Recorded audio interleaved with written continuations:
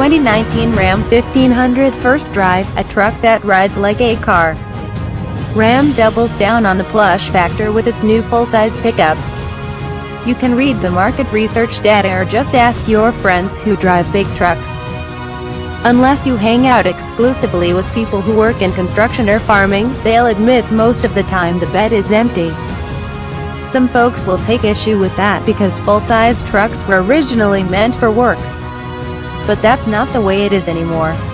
People today buy trucks for all kinds of reasons that have nothing to do with hauling stacks of sheetrock, and folks don't have to justify any of them. If you're still wondering why automakers are putting heated and cooled leather seats in 1,500-watt stereos in trucks, it's because customers are asking for them. No automaker has taken this modern market reality to heart more than Ram. While it hasn't yet mustered the nerve to charge six figures for a pickup like Ford has, Ram has been on the forefront of luxury truck interiors and features. Years before high-country Chevys, back when Denali GMCs were leather, grills, and an optional engine, Ford rolled the dice on a Platinum F-150. Ram, though, took the idea and ran with it, launching the Laramie Longhorn, replete with Southwest-inspired embroidery and embossing and even seat-back pockets styled after saddlebags, with chrome buckles and all. Before that, Ram made the even bolder decision to junk the rear leaf springs in favor of smoother riding coils and offer up a factory air suspension. Altogether, it's paid off with several years of increased market share. With results like that, there's only one way to go. For the latest edition, Ram has doubled down on comfort, convenience, and style. After all, you ride a winning streak. But what's impressive is Ram hasn't traded capability for all that pizzazz. Last generation Ram pickups were the heaviest in the class, and a fully loaded model left you just enough daylight and gross vehicle weight for people, much less cargo.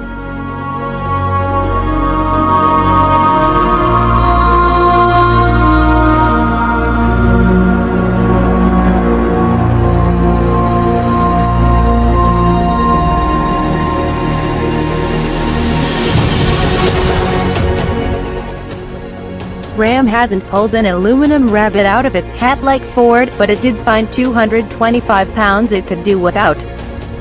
High-strength steels that require less metal to do the same job, clever applications of aluminum in the engine and transmission crossmembers, and even composite upper control arms for the front suspension all contribute. Partly as a result, max payload is up to 2,300 pounds while trailering is up to 12,750 pounds max, both competitive with Ford's and Chevy's offerings. Although there will be a plethora of powertrain combinations available, for this drive we only had a fleet of standard 5.7-liter V8 equipped trucks in various trim levels. Ram predicts the unassisted V8 will be the ticket for most private buyers, with the base e-torque V6 and optional e-torque V8 splitting the rest. We requisitioned both a lower trim Bighorn and a top shelf Limited to get a taste for the range. In its effort to be friendlier to truck diehards and newcomers alike, Ram has pushed its style and comfort perks all the way down the ladder. Every trim level gets at least two interior options, one all black and another light-colored option unique to each trim level. All models get an electronic parking brake. Everything but the base Tradesman gets more soft-touch materials inside. Every model save the specialty Rebel off-roader gets passive 2-mode shocks for a better ride. All of them get a flat rear floor and bigger storage bins. Every crew cab is stretched 4 inches for more interior space, especially in the rear. Most interestingly, every model features Ram's active-tuned mass modules, or frame shakers, as I call them. They vibrate at the exact opposite frequency of the engine to cancel vibrations to allow more operation in 4-cylinder mode and when lugging, in higher gears to improve fuel economy. Combined with standard noise-canceling technology, they make even the low-spec interiors surprisingly car-like in their quietness and smoothness. This is the biggest thing you notice about the new Ram, or don't notice until you stop to think about it. The cab is a shockingly quiet and comfortable place by pickup truck standards, and it even puts some cars and SUVs to shame. It doesn't matter if you bought the $33,000 truck or the $59,000 version. The ride over rough roads is surprisingly isolated and smooth for a 5,000-plus pound vehicle. Combined with a naturally weighted and refreshingly direct steering rack, the new Ram is as easy and pleasant to drive as a car-based crossover.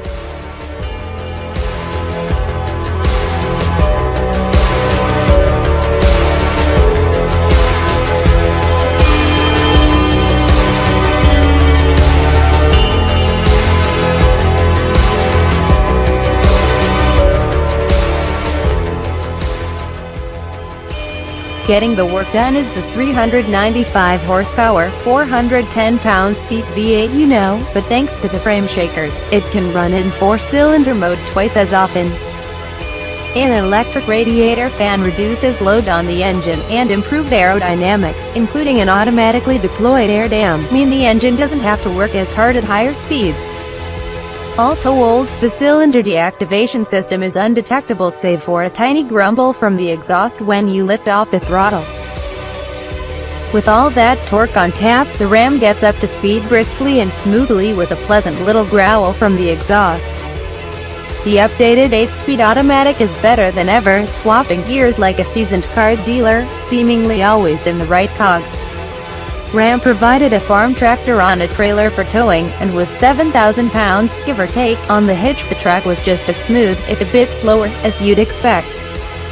Equipped with optional towing mirrors, visibility around the track and trailer is excellent, and the lines overlaid on the reverse camera screen make lining up the hitch a breeze.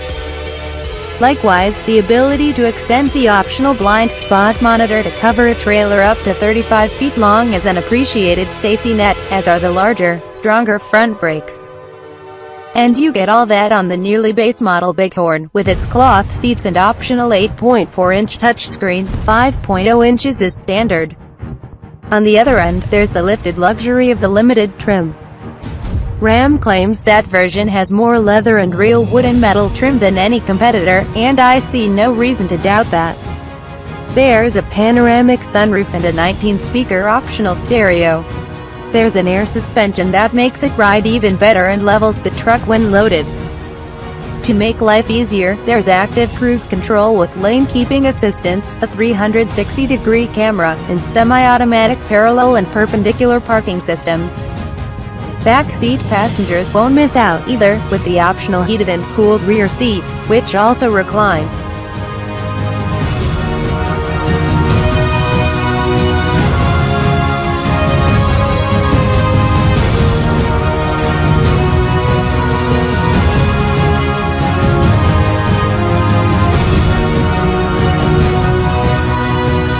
The real party trick, though, is the 12.0-inch touchscreen. Running the latest, greatest version of Fiat Chrysler's Uconnect software and exclusively available with SiriusXM 360L on-demand satellite radio, it's the closest thing you can get to a Tesla screen in a gas-powered vehicle at any price. Like Tesla's, it can run a full screen or two smaller screens split horizontally. Unlike Tesla's, it has lots of redundant buttons and knobs if you prefer. I do wish it were as configurable and intuitive as the Tesla screen, but it's pretty close, especially after you dig through the menus a bit and get to know it. Its best feature, if you ask me, is its ability to run Apple CarPlay or Android Auto in split-screen mode rather than have it take over the entire screen like nearly every other vehicle's infotainment system. The track traditionalists among you have likely been rolling your eyes for nearly a dozen paragraphs, right? Who needs all these bells and whistles? Will it haul gravel and my jet skis?